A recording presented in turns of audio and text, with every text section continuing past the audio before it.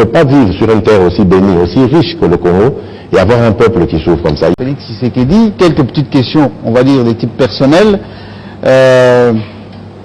On dit les fils d'eux dans ces pays arrivent toujours à se retrouver.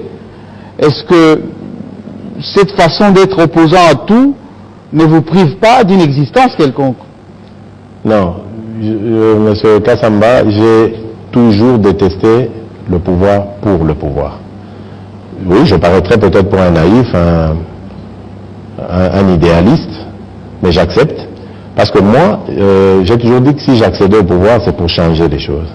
Il faudrait que je laisse, pas une maison, pas des villas, pas des véhicules et tout ça, non. Que je laisse dans le souvenir de mes compatriotes des œuvres, des décisions, des mesures qui ont apporté le bien-être, en tout cas qui ont contribué à améliorer le quotidien du Congolais.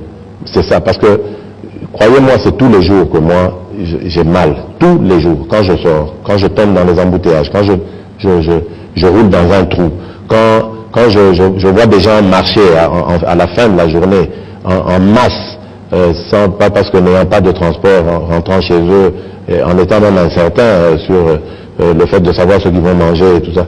Tout ça me fait mal. Et je dis c'est injuste, c'est pas possible. On ne peut pas vivre sur une terre aussi bénie, aussi riche que le Congo, et avoir un peuple qui souffre comme ça. Il y a moyen de changer son destin.